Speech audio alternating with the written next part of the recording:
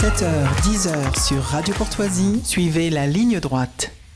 Mais hier, vous avez regardé les chaînes d'infos et tout ce cirque autour de l'entrée donc de l'interruption volontaire de grossesse dans la Constitution vous a légèrement écœuré. Et oui, Corentin, ça y est, l'IVG est dans la Constitution et les macronistes n'hésitent pas à en faire des caisses avec la complicité des médias pour tenter de nous faire oublier la crise des agriculteurs ou encore le désastre diplomatique récemment provoqué par les propos de Macron. Car oui, la guerre en Ukraine est à nos portes, selon de nombreux politiques relayés en masse par les grands médias qui n'hésitent pas à instaurer un climat de peur et de déviance envers la Russie et tout ce qui s'en rapproche. La phrase du président sur un envoi éventuel de troupes occidentales sur le sol ukrainien a clairement marqué un désaccord profond dans la vision qu'ont nos alliés du conflit et de la stratégie à suivre. Ça fait d'ailleurs marrer quand on entend ce genre de logorée guerrière, alors que c'était l'argument principal de Macron lui-même contre Marine Le Pen en 2017. C'est sûr que nous n'en sommes pas à une contradiction près, mais celle-ci a le mérite d'être soulignée. Madame Le Pen et ses amis, ils seront réfugiés au château de Montretout, mais ce sont vous et vos enfants qui iront la faire, la même guerre qui en a fait tomber tant et tant. Alors ne cédons pas à cela, alors ils ne passeront pas, alors moi je n'en veux pas, alors que toutes celles et ceux qui aujourd'hui ont décidé d'être les somnambules du 21e siècle, honte à eux, nous sommes debout, nous sommes en marche, et nous irons au bout avec responsabilité. Mais je veux autre chose avec vous pour mon pays. Mais pas ça, pas ça, pas ça. Voilà, ouais. C'était avant qu'il apprenne à poser sa voix. C'est ça, c'est le moment où il faisait encore rire. Voilà, c'est pathétique. Non mais Marine Le Pen sera réfugiée au château de Montretout pendant que vos enfants iront faire la guerre. Une phrase qui Cette même guerre qui en a fait tomber tant et tant. Tant et tant, c'est ça. Et celles et ceux, etc., etc. Une phrase qui décrit parfaitement le ressenti des Français et des Européens qui n'ont pas envie de se sacrifier pour des intérêts moraux qui les dépassent et qui surtout viennent de personnes privilégiées et protégées qui, quoi qu'il arrive, n'iront pas au front, mais se permettent malgré tout de qualifier leurs opposants de pro-russes. Un comportement insupportable que le député Laurent Jacobelli a dénoncé à l'Assemblée nationale. Oui, j'aimerais dire aux collègues que c'est facile dans les fauteuils rouges de l'Assemblée d'appeler les jeunes à aller en guerre. Je vous signale que ce n'est pas être pro-Poutine que de refuser cette alternative. Le Royaume-Uni a désavoué le président de la République, la Finlande, l'Allemagne, la Pologne, tout ça aujourd'hui. La République tchèque, la Slovaquie, l'Italie, la Suède, la Hongrie, les États-Unis, les Pays-Bas, l'Espagne et l'OTAN, ce ne sont pas des pro-Poutine. Vous êtes un va-t-en guerre, nous voulons la paix. Gardez vos insultes pour vous, bien au chaud. C'est sûr que vous n'irez pas faire la guerre. Et puis, cela n'aura échappé à personne que nous sommes en campagne électorale pour les européennes qui se joueront en juin prochain. Et autant dire que Renaissance et sa tête de liste que personne ne connaît ont un retard colossal avec le Rassemblement national qui frôle les 30% d'intention de vote dans un récent sondage. Voilà donc pourquoi Macron veut à tout prix mettre l'Ukraine au centre du jeu pour que son argument contre le RN puisse être entendu et surtout crédible aux yeux de l'opinion. Une stratégie surréaliste et surtout dangereuse à tel point qu'une autre députée RN se demande si Macron est bien dans son état normal pour tenir un tel discours. La question qui se pose, c'est que quelqu'un veut nous entraîner dans la guerre. Quel autre peuple européen est d'accord avec ça ? Il n'y a aucun consensus et nombre de dirigeants européens se sont élevés et sont totalement effarés par la prise de position du président français, dont on a l'impression qu'il est en permanence sous certaines substances psychotropes. Il devrait arrêter avec ça. C'est manifestement dangereux. Cet homme n'est pas fait pour diriger la France. Il nous entraîne vers des dérives et vers la guerre. C'est pas lui qui fera la guerre. Ce sont nos enfants. Il faut que les Français, le peuple français, on va donner la parole à Olga. Et derrière cette irresponsabilité macroniste, il y a la réalité d'un pays comme la France qui ne met pas suffisamment les moyens dans son armée pour espérer tenir au moins quelques semaines dans une guerre de haute intensité et qui est gouvernée par de jeunes technocrates qui n'ont pas l'expérience du conflit, au point de dénaturer la sombre vérité qui se joue à 3000 km de Paris, comme le rappelle le journaliste Vincent Hervouette. Non, vous vous imaginez avec un casque lourd et en tenue kaki, vous n'aurez pas le t-shirt de Zelensky avant longtemps sur le dos, vous garderez votre cravate. On n'est pas prêt à faire la guerre, personne ne le veut, personne ne la fera, d'ailleurs on n'a pas les moyens de la faire. Alors, c'est pas vraiment ma question. Vous écoutez la déclaration là, très martiale du président et en fait vous vous rendez compte que presque tous les mots sont piégés. Il dit il n'y a pas de consensus, donc ça c'est la première chose, c'est que les Européens ne sont pas d'accord entre eux, contrairement à ce qu'on nous serine depuis 2 ans. Vous savez, c'est une guerre qui est très difficile à suivre parce que des deux côtés, on est tympanisé, on est abruti, pourrait-on dire, par une propagande vociférante des deux côtés. Alors, il y a le délire des pro-russes, mais il y a aussi une espèce de folie va-t-en-guerre, hein, côté européen, côté occidental.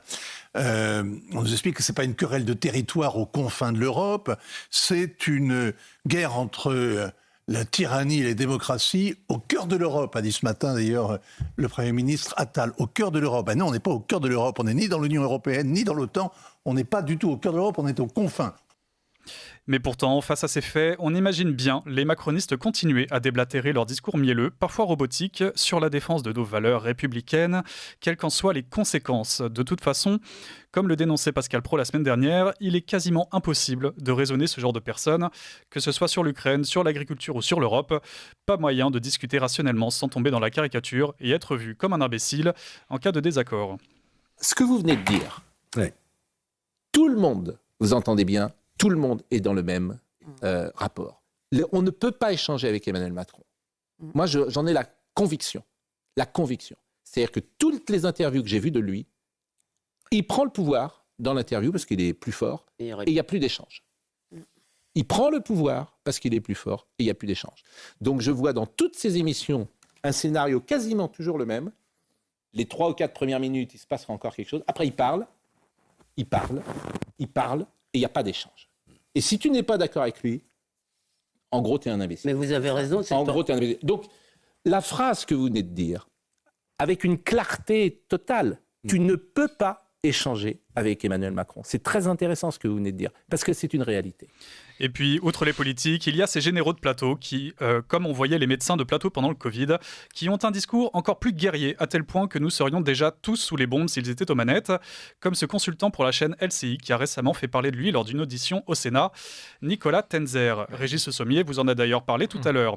J'avais déjà évoqué le cas de ce haut fonctionnaire lors d'une précédente chronique, notamment parce qu'il ne voyait pas de problème à ce que la France déploie ses propres soldats sans provoquer de troisième guerre mondiale. Ce Nicolas Tenzer, qui m'a d'ailleurs bloqué préventivement sur Twitter, a donc au Sénat dressé une liste des médias de réinformation qu'il faudrait censurer ou à minima surveiller. Vous avez une amplification en disant par exemple lors de la crise de la Covid-19 que la France est entrée dans une forme de dictature sanitaire. Ça crée un effet clair de relativisation de ce qu'est une véritable dictature, qui est la dictature russe ou la dictature chinoise ou nord-coréenne, etc. Vous avez la création d'officines ou de médias en ligne qui poussent les récits favorables au Kremlin, ce qu'on appelle parfois les médias dits de réinformation, mais en général la réinformation c'est l'information pro-russe, soyons parfaitement clairs.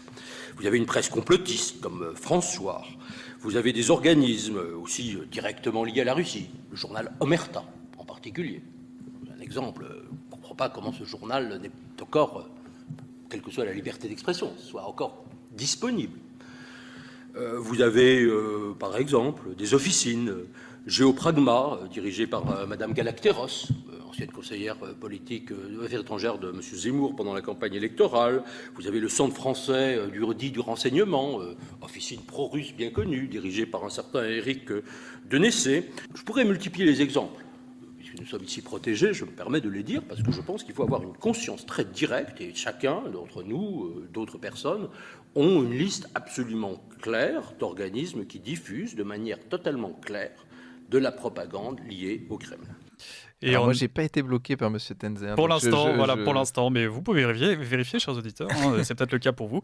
Et en écoutant ces propos très inquiétants, le directeur de la rédaction du média Omerta, Régis Sommier, qui nous fait d'ailleurs l'honneur de sa présence chaque mardi sur notre antenne, a vivement réagi sur les réseaux sociaux en dénonçant la dangerosité de ce discours de censure. Ce matin, j'ai découvert en me levant les propos que vous venez d'entendre. Ça m'a rappelé des souvenirs, parce que Omerta, ce n'est pas la première fois que nous sommes attaqués.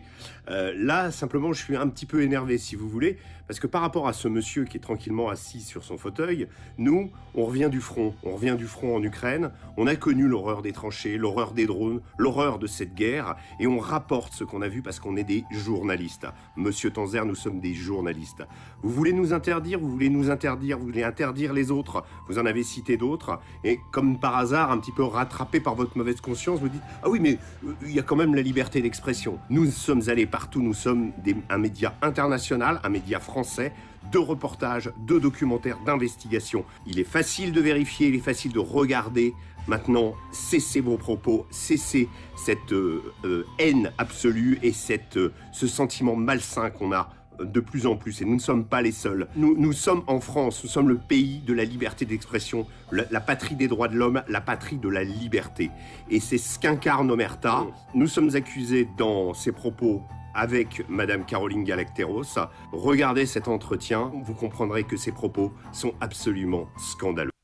Voilà. Il était énervé même ce matin. Oui, non, mais il y a de quoi. C'est agaçant. Et donc voilà, donc 4 ans, presque jour pour jour après le début de la crise sanitaire, les censeurs professionnels sont de nouveau de sortie pour cibler les médias alternatifs. C'est de bonne guerre après tout, nous les ciblons nous-mêmes régulièrement, mais à la différence que nous ne voulons pas les censurer. Voilà, et puis même on invite monsieur Tenzer à venir sur notre chaîne. Mais pourquoi pas, il n'y a pas de... Bien sûr. Nos ondes. Il a un livre, Notre guerre, voilà, aux éditions L'Observatoire. On peut avoir son numéro assez facilement et on l'invitera ici avec plaisir pour un débat. Mais on risque d'avoir le même problème que CNews qui est confronté au refus de nombreux invités de venir sur leur plateau. Mais ça, c'est la schizophrénie des gens, c'est qu'ils expliquent qu'il y a une chaîne ou une radio où il n'y a qu'un bord, et puis quand on leur dit venez expliquer votre bord chez nous, ils ne veulent pas venir. Oui, parce qu'ils ne sont pas assez bien accueillis. C'est assez habituel, mais ça nous avait manqué un petit peu de tous ces gens qui sur les plateaux de télévision ou même directement dans les institutions comme au Sénat profitent d'une crise majeure comme soit le Covid ou l'Ukraine pour cibler les petits, c'est-à-dire les médias un petit peu alternatifs qui n'ont pas du tout le même poids que les médias de grand chemin, comme dirait Jean-Louis Le Gaou. Donc forcément, c'est assez inquiétant cette censure massive qui commence à grossir. Et puis on sent bien que dans l'extrait que j'ai écouté entièrement, il profite du fait qu'il soit au Sénat pour porter ses propos, parce qu'il y a certains propos qui sont quand même diffamatoires. J'en parlais avec Régis Le Sommier, forcément c'est vraiment c'est problématique parce qu'eux-mêmes, Omerta, ont été surveillés par une commission d'enquête, auditionnés par une commission d'enquête, eux aussi à l'Assemblée nationale, et tout s'est correctement passé. Il n'y a rien eu à retirer, il n'y a pas eu de problème derrière, quoi. Donc et tout puis, était en règle. Le média a été validé par le ministère de la Culture, c'est écrit sur sa carte de presse, donc exactement. Il est complètement dans les règles. Donc, mais bon, le problème c'est que les propos qui sont portés soit à l'Assemblée nationale, soit au Sénat, ne sont pas soumis à la justice, donc forcément... il y a certains profiteurs dans l'histoire. Et puis il y a même une question, si c'était véritable. Donc Régis Le Sommier explique qu'il n'est pas un média pro-russe.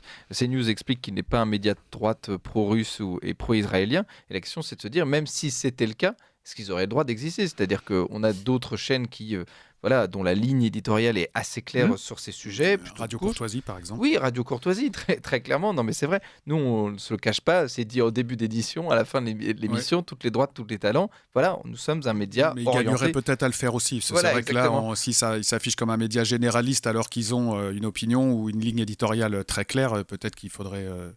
éclairer les gens justement là-dessus. Oui, voilà, certainement pas les supprimer. C'est France Inter, toutes les gauches, tous les talents. Pourquoi pas mais voilà. C'est vrai.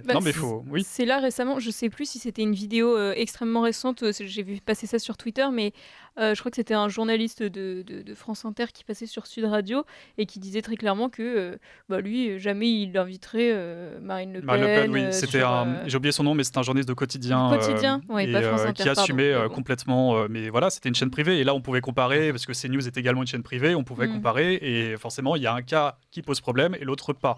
Et il y a j'ai un autre exemple en tête pendant la commission d'enquête de CNews que je vous invite à regarder, qui est assez lunaire. Avec Pascal Praud. Avec Pascal Praud évidemment et d'autres. On leur reproche spécifiquement d'avoir retourné leur logo pendant le début de la crise des agriculteurs. Pendant quelques jours, CNews avait un logo retourné. Et forcément, ça pose problème pour des questions... Il y a des villes qui ont retourné leurs panneaux. Exactement, voilà. C'est pour faire référence aux agriculteurs qui retournaient les panneaux en France. Et forcément, on pointait le manque de neutralité, etc. Mais rien du côté de LCI, qui est également un média privé, qui affichait pendant des mois et des mois, peut-être encore aujourd'hui, un drapeau ukrainien, par exemple.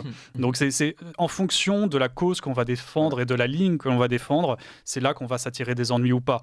Et quand cette ligne dérange, forcément, on est quasiment toujours en position de faiblesse derrière tout ça, parce qu'on se prend tous les politiques, les institutions et les médias en règle générale, quoi. Mais les audiences se diluent, hein. Il faut aussi que les gens comprennent, et je pense qu'ils comprennent petit à petit que les médias alternatifs sont en train de prendre de la place. Oui. Ils ont pris des parts d'audience aux grands médias et aux grandes concentrations de médias, ça c'est un fait, et il y en a de plus en plus qui se développent. Alors les audiences se diluent, mais ça fait quand même plus d'opinions, plus de points de vue et plus de médias différents qui s'expriment. Après, c'est peut-être le moment pour les auditeurs de justement écouter chacun de ces médias ou pour se faire leur propre opinion plutôt que d'attendre que tout sorte du même tuyau.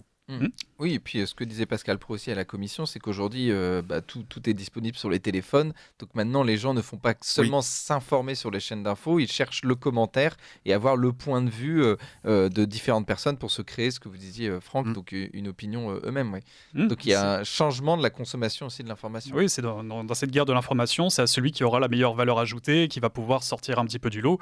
Et c'est vrai que si on fait que du factuel, comme le disait Pascal Praud, c'est vrai que ça n'apporte rien, parce qu'on est constamment informé. H24 et c'est vrai que le téléphone y est pour beaucoup et l'arrivée d'internet a créé le fait que des médias alternatifs naissent et maintenant c'est vrai qu'il y en a énormément qui ont chacun leur ligne et chacun leur particularité, mais c'est vrai qu'ils sont assez essentiels, surtout en période de crise comme on le vit, qui permettent d'avoir un discours et un contre-discours parfois différents et qui permettent d'y voir un petit peu plus clair pour les auditeurs. La bonne ligne, c'est la ligne droite. Allez, tout à fait. Toutes les droites, toutes les talents. Merci à tous pour cette zone livre.